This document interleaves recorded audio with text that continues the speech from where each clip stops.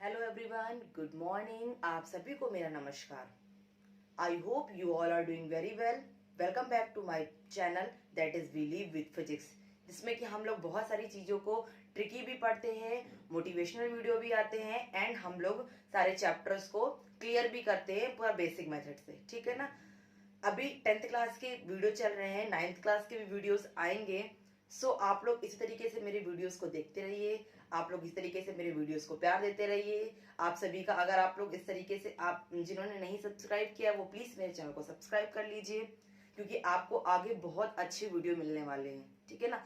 तो जिन्होंने नहीं सब्सक्राइब किया प्लीज आप लोग चैनल को सब्सक्राइब कर दीजिए, जिससे कि आपको ही बहुत ज्यादा बेनिफिट मिलेगा। ठीक है ना। क्योंकि आप सभी को पता है कि बोर्ड एग्जाम आने वाले हैं और बहुत सारे बच्चे ऐसे हैं जिन्होंने बोर्ड एग्जाम की तैयारी अच्छे से नहीं की है। तो मैं इन 3 से 4 मंथ में आपकी बहुत अच्छी तैयारी करा दूंगी कि आप 90+% भी ला सकते हो। ठीक है ना। सो मेरे वीडियोस को लगातार देखते रहिए। जैसे कि हम लोगों ने पिछले वाले वीडियो में पढ़ा था, कुछ ट्रिक पढ़ी थी जो की थी इमेज फॉर्मेशन के लिए। कॉनकेव मिरर के द्वारा हम लोग किस तरीके से इमेज फॉर्मेशन करते हैं, और उसकी कुछ ट्रिक भी थी। हम लोग ने बेसिक मेथड भी पढ़ा था और उसकी ट्रिक भी पढ़ी थी। आज हम लोग यूजेस ऑफ मिरर पे ध्यान देंगे। किस तरीके से, हमें याद ही नहीं रहता है जब क्वेश्चन आता है कि क्या ये यूज ऑफ मिरर है, क्या इसका, इस वाले अगर ये यूज है तो इसमें कौन सा मिरर होगा। तो आपको आज मैं एक ऐसी ट्रिक बताऊंगी जिससे आप लाइफ टाइम कभी नहीं भूलोगे कि अगर कोई एग्जांपल दिया गया है तो वो किस मिरर के लिए यूज है।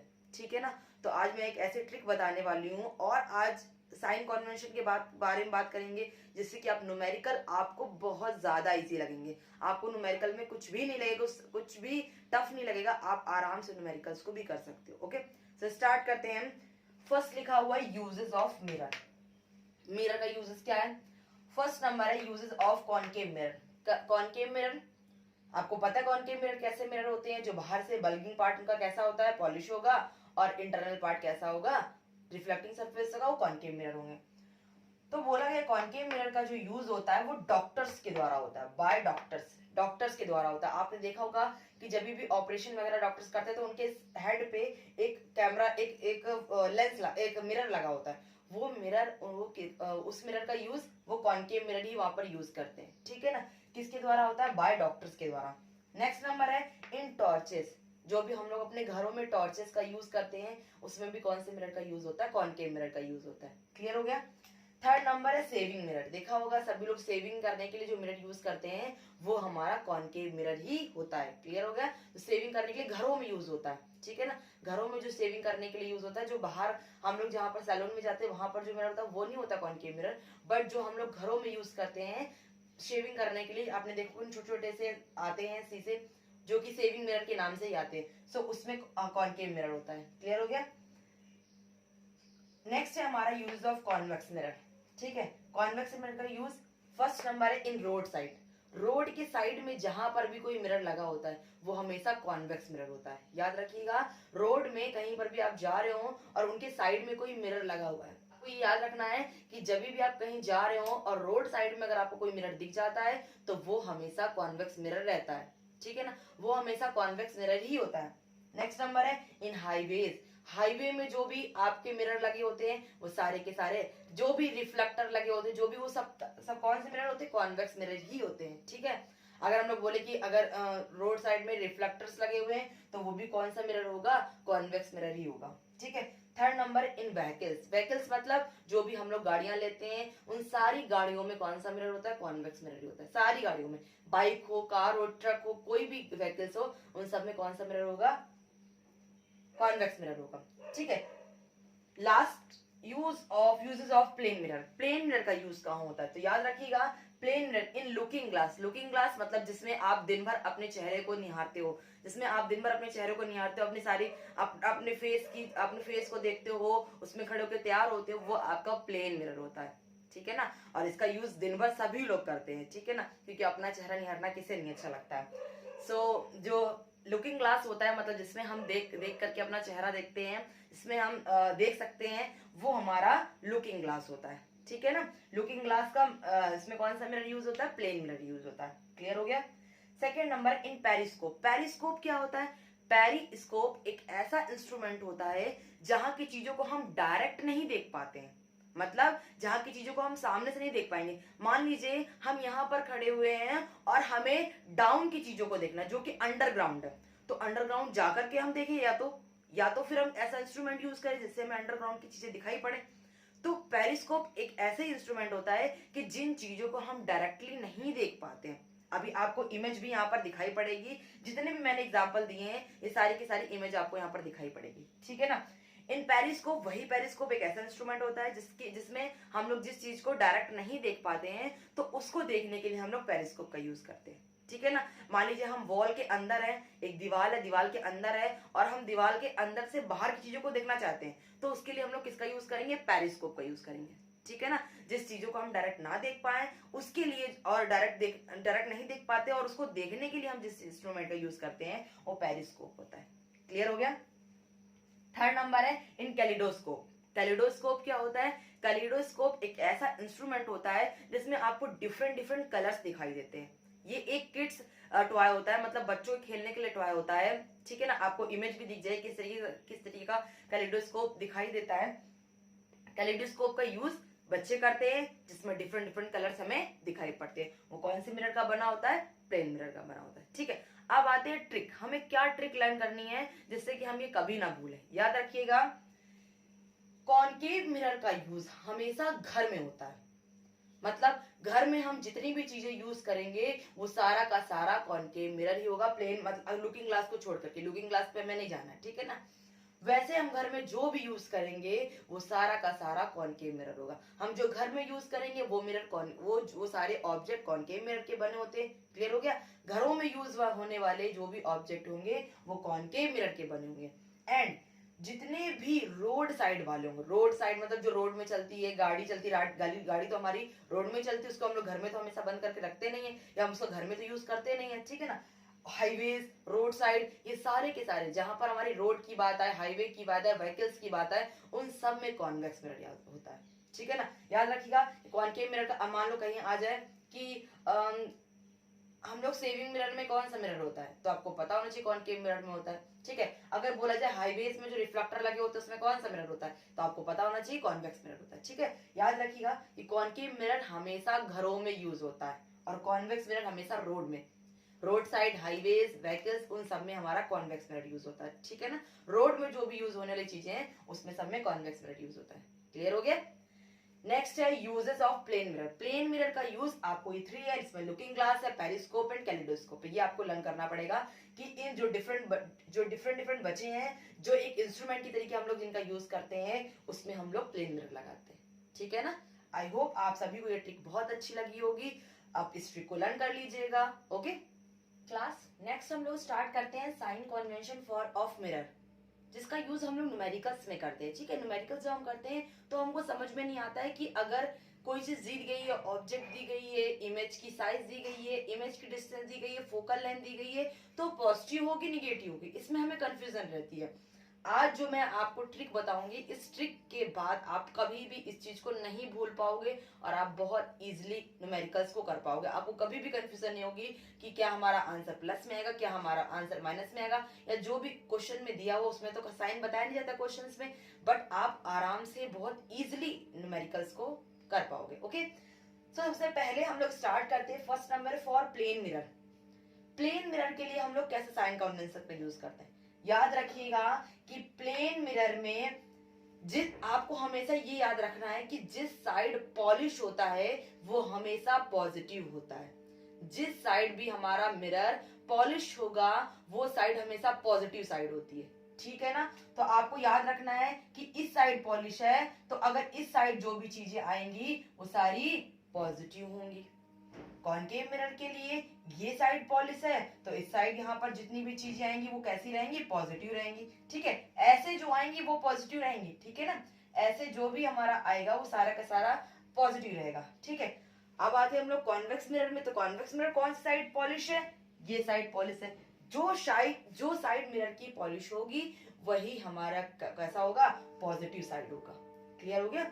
जो भी मिरर का जो साइड पॉलिश होगा वो पॉजिटिव साइड होगा और जो भी रिफ्लेक्टिंग साइड होगा वो नेगेटिव साइड होगा। रिफ्लेक्टिंग साइड प्लेन मिरर का ये कॉनकेव मिरर का ये एंड कॉन्वेक्स मिरर का ये। याद हो रहेगा कि पॉलिश साइड पॉजिटिव रहेगी हमेशा और जो रिफ्लेक्टिंग साइड है वो कैसी रहेगी, नेगेटिव रहेगी। ठीक है ना। याद रखिएगा कि जब भी आप मिरर में कोई भी चीजें अपवर्ड डायरेक्शन में रखते हो, ये प्रिंसिपल एक्सिस है, ये प्रिंसिपल एक्सिस है जो कि पोल से क्रॉस करती है, याद रखिएगा। तो प्रिंसिपल एक्सिस के अपवर्ड डायरेक्शन में जितनी भी चीजें होंगी वो हमेशा पॉजिटिव होंगी। प्रिंसिपल एक्सिस के अपवर्ड डायरेक्शन में जितनी भी चीजें होंगी वो हमेशा पॉजिटिव होंगी। प्रिंसिपल एक्सिस के डाउनवर्ड डायरेक्शन में जितनी भी चीजें होंगी वो हमेशा नेगेटिव होंगी। ठीक है, प्रिंसिपल एक्सिस के डाउनवर्ड डायरेक्शन में जितनी भी चीजें होंगी वो हमेशा नेगेटिव होंगी। ठीक है, इधर भी प्रिंसिपल एक्सिस के अपवर्ड डायरेक्शन में पॉजिटिव और डाउनवर्ड डायरेक्शन में नेगेटिव। क्लियर हो गया। जब भी हमारी कोई भी चीज अगर डाउनवर्ड है तो वो नेगेटिव होगा और अगर अपवर्ड है तो वो पॉजिटिव होगा। ठीक है, सेम कॉन्वेक्स मिरर में भी यही होगा, अपवर्ड होगा तो पॉजिटिव होगा और डाउनवर्ड होगा तो नेगेटिव होगा। क्लियर हो गया। इस तरीके से कि अब हम लोग बात करें से हम लोग ने मैथ्स में पढ़ा, जिन्होंने नहीं पढ़ा वो बहुत एक क्लियर बता दे रहे हैं, ज्योमेट्री में आता है ऐसी चीजें। ये आपको प्लस का साइन बना लेना है। ठीक है ना, आपको प्लस का साइन बना लेना है। आपको ये याद रखना है कि ये हमारी एक्स एक्सिस होती है और ये हमारी वाई एक्सिस होती है। ठीक है ना, ये वाई एक्सिस होगी और ये एक्स एक्सिस, सॉरी ये हमारी x axis, x positive x negative, ये वाई पॉजिटिव एंड ये वाई नेगेटिव। ठीक है, ये आपको प्लस का साइन बनाना है, इस साइड पॉजिटिव इस side negative and Y positive Y negative. ठीक है ना। याद रखिएगा कि जो भी चीजें इस साइड आ रही हैं वो सारी की सारी एक्स एक्सिस में होंगी। तो आपको याद रखना है कि आपको इसको उठा करके यहाँ पर रख लेना। मान लीजिए ये प्लस का साइन है, आपने इस प्लस को साइन को यहाँ पर रख लिया। ठीक है, अब आपको याद रखना है कि ऊपर की तरफ होंगी तो पॉजिटिव होगा, इस साइड होगा तो पॉजिटिव होगा, अगर इस साइड हुआ तो नेगेटिव होगा और नीचे की साइड होगा तो नेगेटिव होगा। आपको याद रखना है ये प्लस का साइन। ठीक है, ये आपको प्लस के साइन को याद रखना है कि अगर इस साइड होगा तो पॉजिटिव होगा, ऊपर होगा तो पॉजिटिव होगा, ये साइड होगा तो नेगेटिव होगा और इधर होगा नीचे की तरफ तो ये भी नेगेटिव होगा। क्लियर हो गया। ट्रिक आपको क्या लर्न करनी है कि पॉलिश साइड हमेशा पॉजिटिव होगा, रिफ्लेक्टिंग साइड हमेशा नेगेटिव होगा। कोई भी मिरर हो, आपको सिर्फ इतना याद रखना है कि पॉलिश साइड कैसा होगा, पॉजिटिव होगा, रिफ्लेक्टिंग साइड नेगेटिव होगा। अपवर्ड होगी तो पॉजिटिव, डाउनवर्ड होगी तो नेगेटिव। क्लियर, बस इतनी चीज लर्न करनी है। ठीक है, अब साइन कन्वेंशन में कुछ चीजें लर्न करने की जरूरत पड़ती है, लर्न के आपको समझने की जरूरत पड़ती है कि जो भी डिस्टेंस आप लोगे, ऑब्जेक्ट की डिस्टेंस लो, हाइट नहीं, अगर आप ऑब्जेक्ट की डिस्टेंस लेते हो, फोकल लेंथ लेते हो, इमेज लेते हो, इमेज की डिस्टेंस लेते हो, तो हमेशा आपको ये चीज याद रखनी है कि उसकी डिस्टेंस हमेशा पोल से स्टार्ट होगी। आप जब भी आप न्यूमेरिकल्स करते हो तो वहां पर पोल आपका ओरिजिन की तरीके काम करता है। ठीक है, केंद्र की तरीके काम करता है और जो भी डिस्टेंस हम लेंगे इस ओरिजिन से ही लेंगे, इस केंद्र से ही स्टार्ट करेंगे। मतलब अगर हम ऑब्जेक्ट की डिस्टेंस को लेते हैं तो हम ऑब्जेक्ट की डिस्टेंस यहां से ही लेंगे, ऐसे करके। मान लीजिए ऑब्जेक्ट आपका यहाँ रखा है तो ऑब्जेक्ट की डिस्टेंस को हम लोग यहीं से लेंगे, मतलब जितनी भी चीजें हम लोग लेंगे वो हमेशा पोल से लेंगे। क्लियर हो गया। साइन कन्वेंशन हम लोग ने पढ़ लिया। अब हम लोग इसका न्यूमेरिकल क्लास, हमने साइन कन्वेंशन को भी क्लियर कर लिया, किस तरीके से हम लोग साइन को लेते हैं जब भी हम न्यूमेरिकल्स करते हैं। एंड एक चीज और मोस्ट इंपॉर्टेंट है जो कि आपको लर्न करनी है, समझनी है कि हमेशा जब भी कोई ऑब्जेक्ट रखा जाएगा, मान लीजिए बोला जाए कि ऑब्जेक्ट रखा हुआ है, तो हमेशा याद रखिएगा कि जो भी मिरर हो हमेशा ऑब्जेक्ट लेफ्ट हैंड साइड ही रखेंगे, कभी भी राइट हैंड साइड ऑब्जेक्ट को नहीं रखेंगे। Object always in left hand side, object हमेशा लेफ्ट हैंड साइड ही होता है। इमेज कहां पर बनेगी इससे हमें कोई मतलब नहीं, ये तो तब पता चलेगा जब हम न्यूमेरिकल्स करेंगे या जब रे डायग्राम बनाएंगे। ठीक है, बट ये आपको याद रखना है कि हमेशा ऑब्जेक्ट जो है वो लेफ्ट हैंड साइड से ही लेंगे। क्लियर हो गया। एक न्यूमेरिकल देखते हैं जो कि आपको स्क्रीन पर दिखाई पड़ेगा न्यूमेरिकल। उस न्यूमेरिकल को, क्योंकि मुझे तो वो स्क्रीन पर नहीं दिखाई पड़ रहा है, और देखते हैं वो न्यूमेरिकल कैसे हम लोग कर सकते हैं साइन कन्वेंशन के द्वारा, जो हम लोग ने अभी पढ़ा हुआ है। ठीक है ना। सो बोला गया है an object 4 centimetre in size, एक ऑब्जेक्ट है जिसकी साइज 4 सेंटीमीटर है। न्यूमेरिकल करने का तरीका क्या होता है याद रखिएगा। सबसे पहले आपको क्वेश्चन नंबर डालना है, जो भी क्वेश्चन नंबर है आपको गिवन लिखना है जो आपकी क्वेश्चन में दिया हुआ है। ठीक है ना। तो बोला गया an object 4 centimetre in size, object की साइज जो है वो 4 सेंटीमीटर है। तो हमने मान लिया ऑब्जेक्ट जो है ओ, ऑब्जेक्ट ओ और उसकी साइज को हमने O मान लिया, ठीक है। ऑब्जेक्ट साइज को हमने क्या मान लिया, O। Is placed at 25 centimetre in front of concave mirror. सबसे पहले कॉनकेव मिरर, तो कॉनकेव मिरर बना लेते हैं हम लोग। हम लोगों ने कॉनकेव मिरर बना लिया क्योंकि हमें साइन याद रखने ना, तो ये पॉजिटिव ये निगेटिव याद रहेगा, और ऊपर की तरफ होगा तो पॉजिटिव और नीचे की तरफ होगा तो नेगेटिव, ठीक है ना, याद रखिएगा। बोला गया एक ऑब्जेक्ट है जिसका साइज है 4 centimetre is placed at 25 centimetre. बोला गया ऑब्जेक्ट 25 सेंटीमीटर पे रखा है, तो ऑब्जेक्ट हमने अभी क्या बताया कि हमेशा लेफ्ट हैंड साइड पे होगा, तो लेफ्ट हैंड साइड ये है, तो लेफ्ट हैंड साइड पे ऑब्जेक्ट होगा तो कैसा होगा, नेगेटिव या पॉजिटिव, नेगेटिव। तो यू हमारा क्या हो जाएगा, नेगेटिव। हमेशा जो अभी मैं आपको बताऊंगी, मैंने जो लिखा यू ओ, ये ऑब्जेक्ट का साइज, ये मैं अभी बताती हूँ आपको, 25 सेंटीमीटर। ओके, नेक्स्ट बोला गया है ऑफ फोकल लेंथ 15 सेंटीमीटर। बोला कॉनकेव मिरर की जो फोकल लेंथ है वो 15 सेंटीमीटर है। तो याद रखिएगा कि जो कॉनकेव मिरर की फोकल लेंथ होती है, ये अगर आपने नहीं वीडियो देखा है तो आप वीडियो पहले के भी जो वीडियो पढ़े हुए हैं उन वीडियो को देख लीजिएगा। अगर आप उन वीडियोस को नहीं देखोगे तो आपको न्यूमेरिकल्स करने में बहुत ज्यादा प्रॉब्लम आएगी, ठीक है ना। तो क्या बोला कि फोकल लेंथ कितनी है, -25 सेंटीमीटर है, ठीक है। नेक्स्ट बोला गया what distance from the mirror should a screen can be placed in order to obtain sharp image. बोला कि कितनी डिस्टेंस पर हमें कितनी डिस्टेंस पर स्क्रीन को होना चाहिए कि वहां पर शार्प इमेज बने। स्क्रीन को होना चाहिए वही हमारी इमेज की डिस्टेंस हो, क्योंकि हमारी इमेज जो कहां पर बनती है, स्क्रीन पर बनती है। तो हमें क्या पूछा गया है, V पूछा गया है, ठीक है। Obtain sharp image, find the nature and size of image. Size of image तो हम लोग साइज ऑफ इमेज को I से लिखते हैं। अब हम बता दें किससे क्या लिखते हैं। जब भी ऑब्जेक्ट बोला जाए कि ऑब्जेक्ट की डिस्टेंस, तो उसको U से लिखते हैं। इमेज की डिस्टेंस को V से लिखते हैं। किसी भी मिरर की फोकल लेंथ को F से, स्मॉल f से लिखते हैं, कैपिटल F नहीं बनाइएगा, स्मॉल f से लिखते हैं।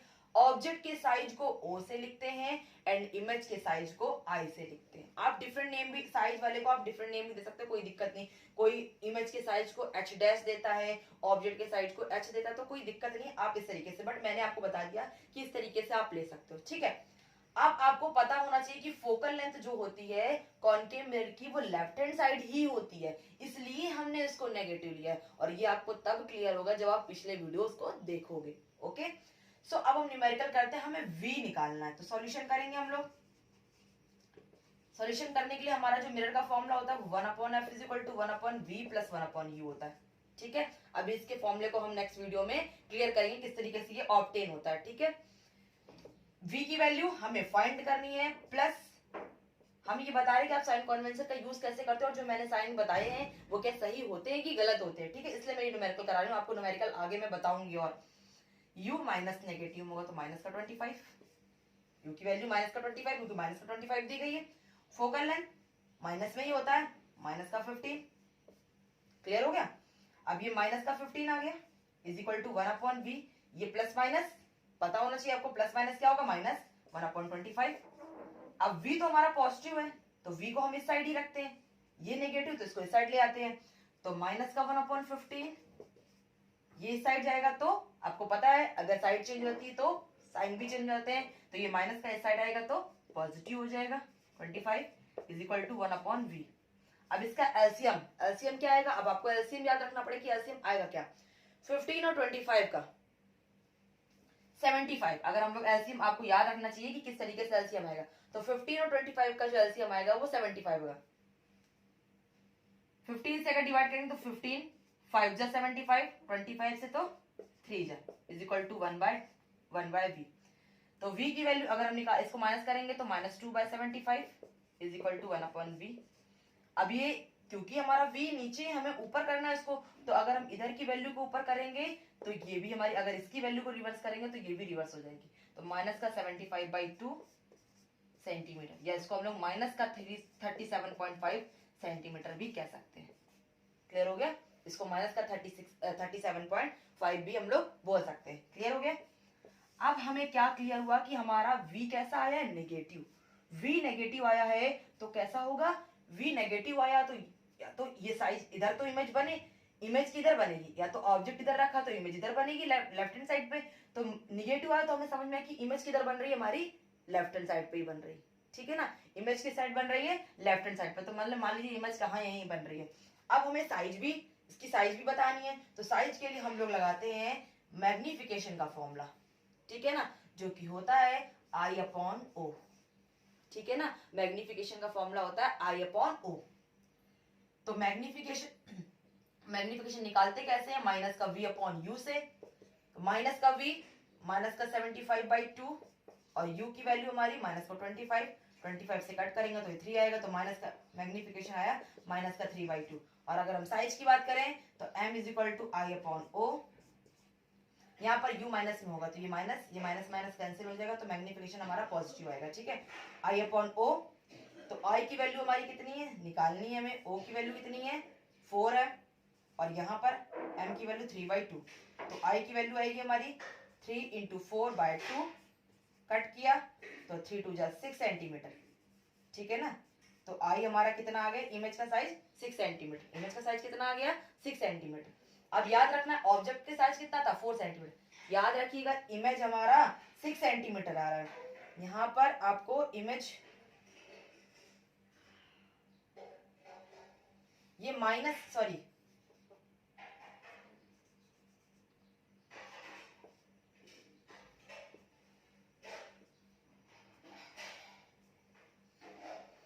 क्लास यहाँ पर माइनस नहीं लगाया था मैंने, इस वजह से ये थोड़ा सा मिसप्रिंट हो गया था। यहाँ पर माइनस लगेगा क्योंकि ये माइनस का साइन है, तो हमने माइनस, ये v की वैल्यू माइनस दी है इसलिए माइनस लिया है, और u की वैल्यू माइनस दी इसलिए माइनस हम लोग लिया। ये वाला माइनस हम लोग भूल गए थे। तो m की वैल्यू माइनस का 3/2 आएगी, और यहाँ पे माइनस की वैल्यू माइनस 3/2, I/4। I की वैल्यू आएगी हमारी माइनस का 6 सेंटीमीटर। अब हमारी इमेज की साइज कैसी आ रही, माइनस की। इमेज की साइज माइनस आ रही है, तो हमें समझ में आया कि इमेज हमेशा डाउनवर्ड बनेगी। और इमेज का साइज कैसा है, ऑब्जेक्ट का साइज 4 सेंटीमीटर है, इमेज का साइज 6 सेंटीमीटर है। तो हमारा इमेज का साइज कैसा होगा, इनलार्ज होगा। इमेज कैसी होगी, बड़ी होगी। किससे, ऑब्जेक्ट से बड़ी होगी। तो हमें समझ में आ गया कि हाँ, हमारा ऑब्जेक्ट लेफ्ट हैंड साइड पे बनेगा। ऑब्जेक्ट हमारा रियल और इन्वर्टेड। इन्वर्टेड हमें कैसे याद है, क्योंकि हमारा I नेगेटिव है। I नेगेटिव का मतलब है कि जो हमारी इमेज बनेगी वो डाउनवर्ड बनेगी, तभी तो नेगेटिव आएगा। डाउनवर्ड बनेगी, इसीलिए हमें समझ में क्या आया। और जब भी हमारी इमेज डाउनवर्ड बने तो हमेशा इन्वर्टेड इमेज होती है, और इन्वर्टेड इमेज हमेशा रियल होती है। इन्वर्टेड इमेज हमेशा रियल होती है। तो हमने क्या समझ लिया, नेचर क्या है, image will be real, inverted and enlarge from the object. Enlarge from the object, object से कैसी होगी, बड़ी होगी, ठीक है ना। आई होप आपको मेरा वीडियो बहुत पसंद आया होगा, आपको सारी चीजें एकदम अच्छे से क्लियर हुई होगी। अगर आपको सारी चीजें अच्छे से क्लियर है तो प्लीज मेरे वीडियो को लाइक कर दीजिए। अगर आपने सब्सक्राइब नहीं किया तो प्लीज सब्सक्राइब कर दीजिए। Okay, thank you all of you.